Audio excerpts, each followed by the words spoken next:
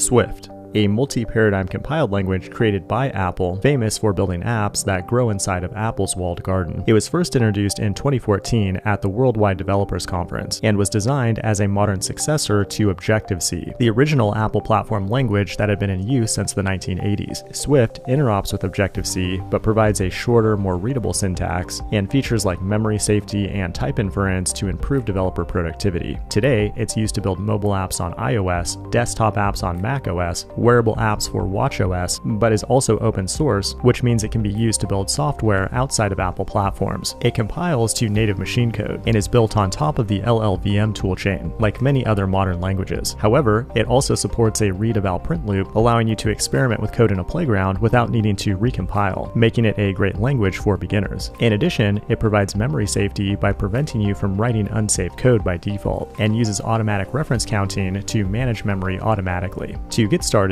install it, then create a file ending in .swift. Your code will start executing in the global scope. There's no need for a main function. Create a variable with the var keyword, followed by its name and value. Var creates a mutable variable, which means its value can change in the future. Let, on the other hand, creates an immutable variable or constant. It uses type inference to strongly type the value as a string, but we can explicitly type it by adding a semicolon after the variable name. Every variable must be initialized with a value, unless the type has a question mark, which makes it an optional type, allowing it to also contain a nil value. It also supports optional chaining, making it really easy to work with nil values. Functions are declared with the func keyword and will use named parameters by default. Place an underscore before the name to use positional arguments instead. Now use a backslash with parentheses to interpolate these values into a string. Functions in Swift are first-class objects. They can be passed as arguments, used as return values, and nested to create closures. It also supports object-oriented patterns like classes and inheritance to encapsulate the var and func keywords that you just learned. Now pull up the terminal and run the Swift compiler to convert your code into a high-performance executable. Congratulations, your code is now ready to seek approval on the Apple App Store. This has been the Swift programming language in 100 seconds. If you want to see more short videos like this, make sure to hit the like button and subscribe. Thanks for watching, and I will see you in the next one.